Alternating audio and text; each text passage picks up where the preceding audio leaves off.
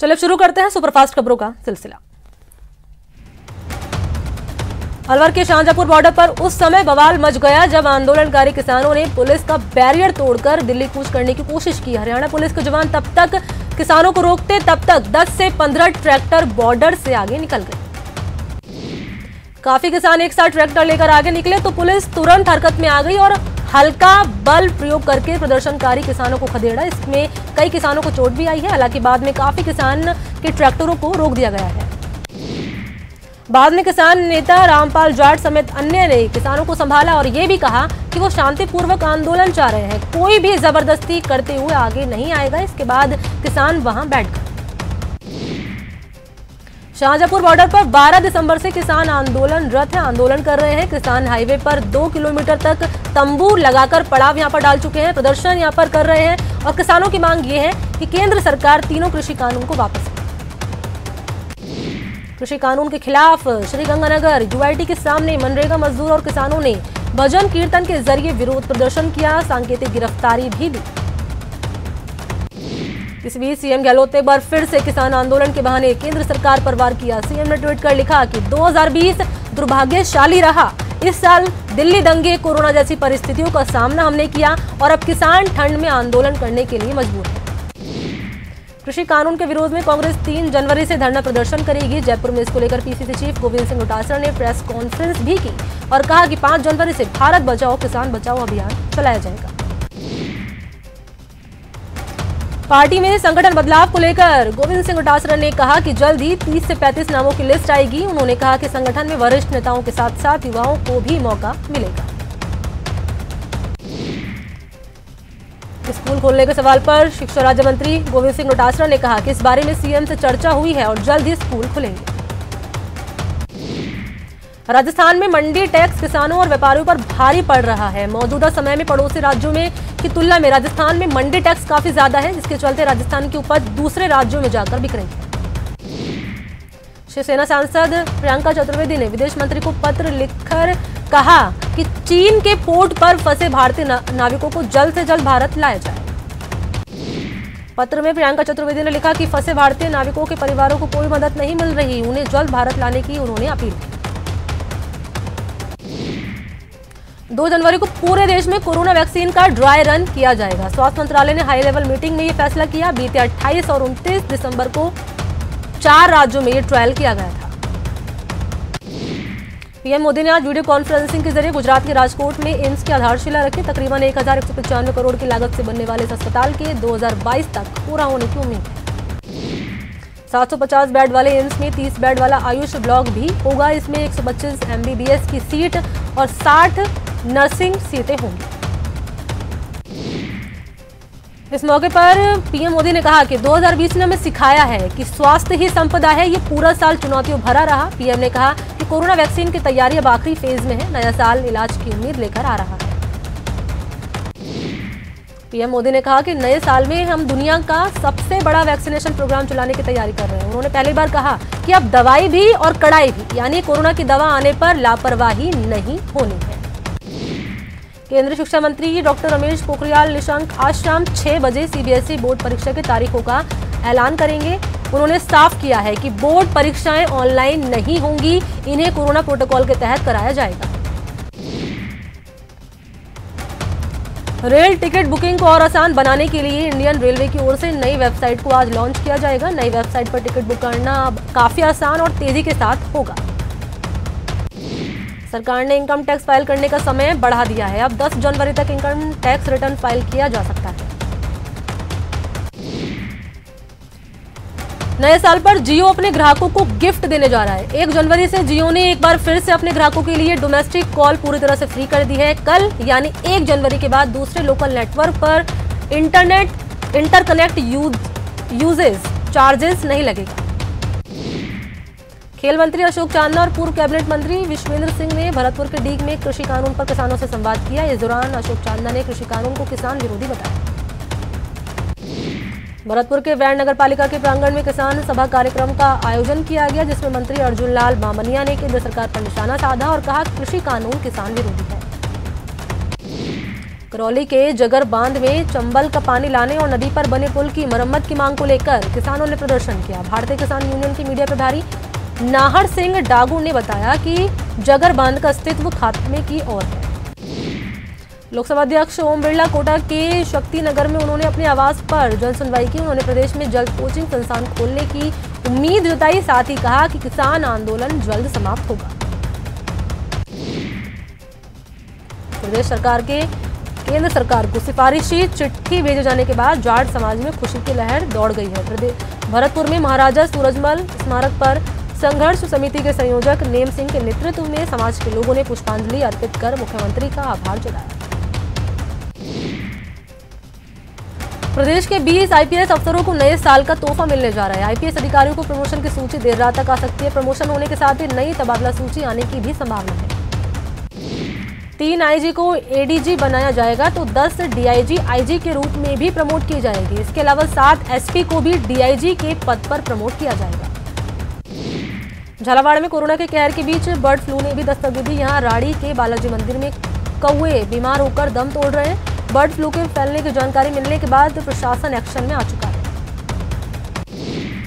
प्रशासन ने मृत कौवे के सैंपल को भोपाल भेज दिया। साथ ही पोल्ट्री फार्म और अंडों की दुकानों पर सैंपल लेने के भी निर्देश दिए।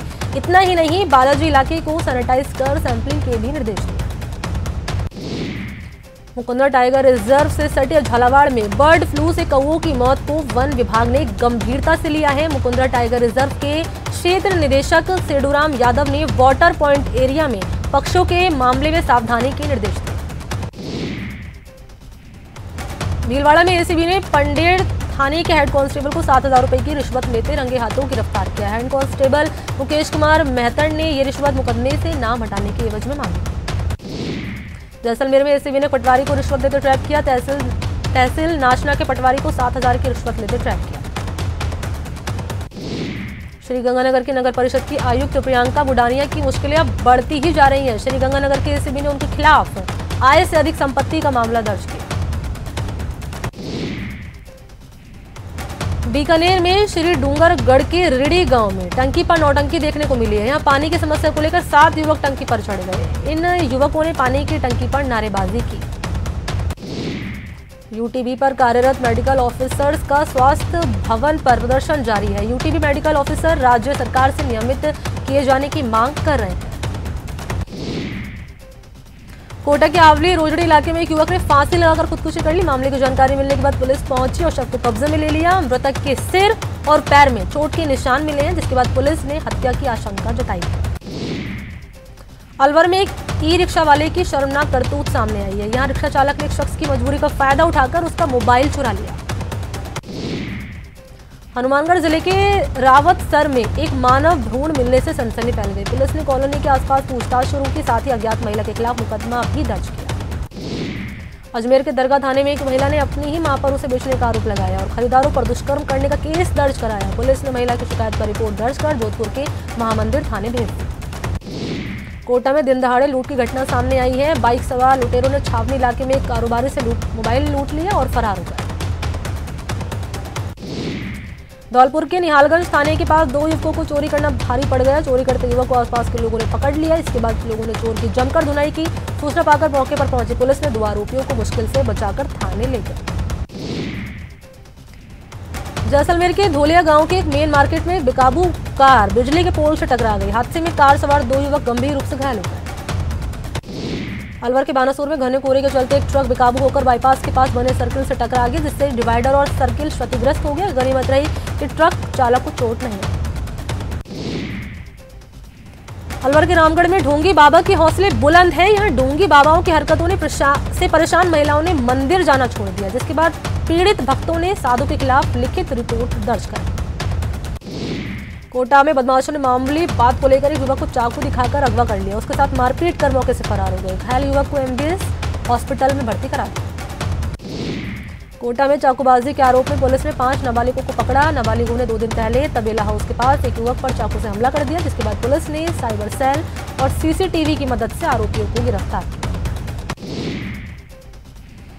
झालावाड़ के भाटकेड़ी गांव में अपराधियों ने एक किसान के 2 ट्रैक्टरों को जला दिया, साथ ही कई अन्य मशीनों और सामान में भी आग लगा दी। अजमेर के रामगंज थाना इलाके में बुधवार को ट्रैक्टर ने एक 12 साल के लड़के को कुचल दिया था, जिसकी जेएलएन अस्पताल में इलाज के दौरान मौत हो गई। मामले में पुलिस ने ट्रैक्टर को जब्त कर ड्राइवर को गिरफ्तार कर लिया। बूंदी के जान रायजी मंदिर को चोरों ने निशाना बनाया है और भगवान जान रायजी की 700 साल पुरानी मूर्ति को चुरा लिया। चोरी की घटना से इलाके में लोगों में गुस्सा है। भरतपुर में अज्ञात वाहन के चपेट में आने से बाइक सवार की एक युवक की मौत हो गई और एक युवक गंभीर रूप से घायल हो गया। कोटा में ट्रेन के चपेट में आने से मौत के शिकार हुए अज्ञात युवक की लावारिस मानते हुए आज उसका पोस्टमार्टम कर अंतिम संस्कार कर दिया। तमाम कोशिशों के बावजूद मृतक की शिनाख्त नहीं हो पाई। उदयपुर में संविदा पर लगे डॉक्टर्स ने कलेक्ट्रेट के बाहर नारेबाजी कर प्रदर्शन किया। डॉक्टर्स ने सीएम के नाम कलेक्टर को ज्ञापन दिया और स्थायी नियुक्ति देने की मांग की। झुंझुनू के सूरजगढ़ में आबकारी विभाग ने जब्त की गई सैकड़ों लीटर शराब को नष्ट किया। इस दौरान आबकारी विभाग ने 130 मामलों का निपटारा किया। सूरजगढ़ थाने में 30 शराब के मुकदमों में जब्त शराब को नष्ट कर करीब 2200 लीटर अंग्रेजी और देसी शराब को नष्ट किया गया। चित्तौड़गढ़ में लुटेरों के हौसले बुलंद हैं। यहां 2 बदमाशों ने गन पॉइंट पर 2 लाख रुपए लूट लिए। लूट की जानकारी मिलने के बाद पुलिस ने पूरे जिले में नाकाबंदी कर दी। बाड़मेर में गरीबों का गेहूं खाने वाले सरकारी कर्मचारियों को जेल की हवा खानी पड़ सकती है। रसद विभाग ऐसे सरकारी कर्मचारियों के खिलाफ विभागीय कार्रवाई की तैयारी कर चुका है, जिन्होंने सरकारी कर्मचारियों में से 1100 सरकारी कर्मचारियों से अभी तक रसद विभाग ने 64,50,000 रुपए की वसूली कर ली। 700 सरकारी कर्मचारी ऐसे भी हैं जिन्होंने अभी तक गेहूं की कीमत विभाग में जमा नहीं करवाई।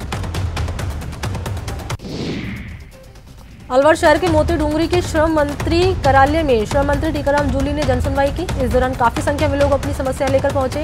मंत्री ने अधिकारियों को समस्याओं के समाधान के निर्देश दिए। उदयपुर के जिला परिषद सभागार में सभी बैंकों की जिला स्तरीय बैठक हुई। बैठक के दौरान ग्रामीण और शहरी क्षेत्रों में दिए जा रहे ऋण सरकारी योजनाओं के तहत बैंकों से जोड़ने की चर्चा हुई।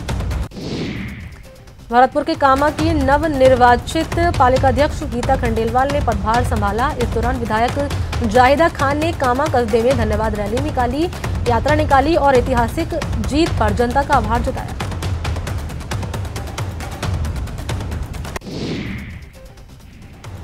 अलवर में बारदाना के दाम बढ़ने से प्याज के किसानों को दोहरी मार पड़ रही है। प्याज के बारदाना के रेट 2 गुने हो गए हैं, जबकि प्याज के दाम घटकर 1/3 से भी कम हो गए हैं। मंडी में प्याज 10 रुपए किलो से लेकर 17 रुपए किलो तक बिक रहा है। ऐसे में किसानों का फसल का लागत मूल्य भी निकलना मुश्किल हो रहा है। इस बार अलवर जिले में प्याज की बंपर पैदावार हुई। प्याज के दाम घटने से किसानों की मायूसी छा गई। रोजाना मंडी में 15,000 कट्टे प्याज की आवक हो रही है। भरतपुर के बयाना में किसानों ने माने जाने के बाद धरना खत्म कर दिया। किसान अपनी 12 सूत्री मांगों को लेकर अधिशासी अभियंता कार्यालय के बाहर 3 दिन से धरने पर बैठे हुए थे। 12 के लिसाड़िया गांव की एक बुजुर्ग महिला पेंशन के लिए दर की ठोकरें खा रही है। 3 महीने से पुष्पा बाई को पेंशन नहीं मिल रही। बुजुर्ग महिला ने सरपंच पर पेंशन हड़पने का आरोप लगाया। भरतपुर के लोहागढ़ स्टेडियम में आर्मी के उपकरणों की प्रदर्शनी लगाई गई। मौके पर एनसीसी कैडेट ने प्रदर्शनी का अवलोकन भी किया। साथ ही कैडेट ने भारतीय सेना के उपयोग में लाए जाने वाले हथियार और टैंकों के बारे में जानकारी दी। यहां रुकते छोटे से ब्रेक के लिए, जल्द हाजिर होते हैं। मलखंभ में उल्लेखनीय उपलब्धि हासिल करने वाले और द्रोणाचार्य से सम्मानित उज्जैन के योगेश मालवीय 1 दिवसीय दौरे पर भरतपुर आए। उन्होंने मलखंभ को पहचान दिलाने के लिए सरकार की कोशिशों की सराहना की। मुकुंदरा हिल्स टाइगर रिजर्व की सलाहकार समिति ने MT4 बाघिन को 28 हेक्टेयर के एंक्लोजर से 82 वर्ग किलोमीटर में फैले एंक्लोजर में रिलीज करने की मांग की, ताकि मुकुंदरा टाइगर रिजर्व में पर्यटक गतिविधियां शुरू हों। बिहार के ढाका विधानसभा के विधायक पवन जायसवाल का भरतपुर में जायसवाल समाज ने स्वागत किया। जायसवाल समाज के वीरेंद्र गोपालिया के नेतृत्व में माला और साफे के साथ पवन जायसवाल का स्वागत किया गया। भरतपुर के कलेक्ट्रेट में संभागीय आयुक्त प्रेमचंद बेरवाल ने जिला स्तरीय अधिकारियों की बैठक ली। उन्होंने वित्तीय वर्ष के बचे 3 महीनों में विकास योजनाओं का बजट का 100% उपयोग कर लक्ष्य प्राप्त करने के निर्देश दिए। भरतपुर के वैर उपखंड के किसानों ने एसडीएम को ज्ञापन सौंपकर सिंचाई के लिए दिन में बिजली दिए जाने की मांग की। गांव वालों का कहना है कि रात 10 बजे से सुबह 4 बजे तक बिजली सप्लाई से किसानों को परेशानी का सामना करना पड़ रहा है।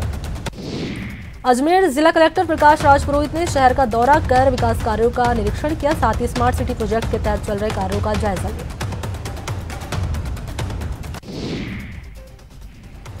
मेवाड़ पाटीदार समाज की 3 दिवसीय खेलकूद प्रतियोगिता का समापन उदयपुर के कन्नौर तहसील के नया राजपुरा गांव में हुआ। सोमवार को शुरू हुई इस खेलकूद प्रतियोगिता में मेवाड़ के सभी गांवों से पाटीदार समाज के युवाओं ने भाग लिया।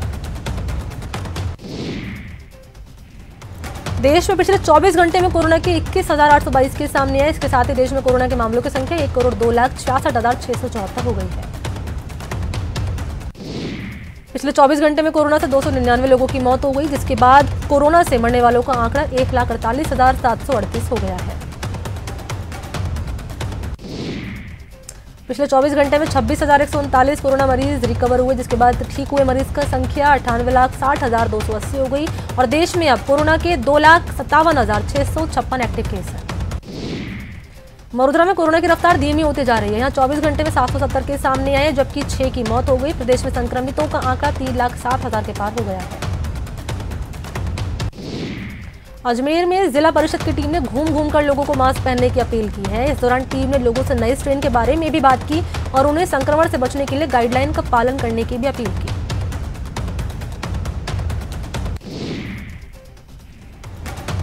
प्रतापगढ़ में स्काउट गाइड की ओर से कोरोना जागरूकता रैली निकाली गई। रैली नगर परिषद से रवाना हुई, जिसमें scout guide rover ranger school के छात्र छात्राओं ने भाग लिया। स्काउट गाइड रोवर रेजर ने दुकानदार और व्यापारियों से भी मास्क लगाने की अपील की। झुंझुनू में खेतान ट्रस्ट ने नगर परिषद को 11,000 मास्क सौंपे। इसके अलावा ट्रस्ट की तरफ से 280 कंबल भी बांटे गए।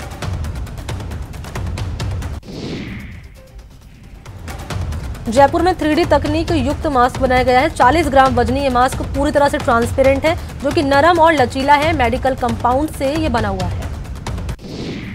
प्रतापगढ़ में कोरोना मुक्ति के लिए आयोजित 7 दिवसीय हर महायज्ञ की पूर्ण आहुति हुई। दीपेश्वर महादेव मंदिर परिसर में आयोजित इस महायज्ञ में वैदिक गुरुकुल के बटुकों समेत कई श्रद्धालुओं ने भाग लिया।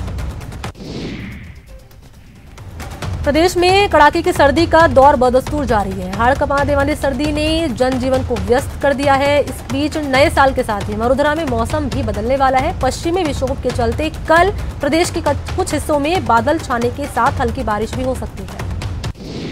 कोटा में उत्तर भारत से आ रही बर्फीली हवाओं के चलते शीतलहर का भयंकर प्रकोप बना हुआ है। मौसम विभाग के मुताबिक आज का न्यूनतम तापमान 5.6 डिग्री रिकॉर्ड हुआ है। न्यूनतम तापमान में 1.2 डिग्री की बढ़ोतरी हुई है। भरतपुर में भी शीतलहर का दौर जारी है। बयाना उपखंड में पशुओं के चारे पर बर्फ की चादर बिछ गई। ग्रामीणों में गलन भरी सर्दी का असर दिख रहा है। लोग जगह जगह अलाव का सहारा ले रहे हैं। भरतपुर में कोहरे ने अपना कोहराम मचाया। साल के अंतिम दिन सुबह से ही घना कोहरा छाने लगा। ठंडी हवाओं ने लोगों की कपकपी छुड़ा दी। ठंड के साथ साथ पाला पड़ने की आशंका ने किसानों की चिंता को बढ़ा दिया है। सीकर में सर्दी का 3rd डिग्री टॉर्चर लगातार जारी है। जिले के फतेहपुर शेखावाटी स्थित कृषि अनुसंधान केंद्र पर न्यूनतम तापमान -4 डिग्री दर्ज हुआ। ये मौसम का सबसे कम तापमान है। श्रीगंगानगर में ठंड ने जहाँ एक तरफ आम लोगों की दिनचर्या को बदल कर रख दिया है, दूसरी तरफ दमकल कर्मी आगजनी की घटना और अन्य रेस्क्यू ऑपरेशन के लिए तैयार है।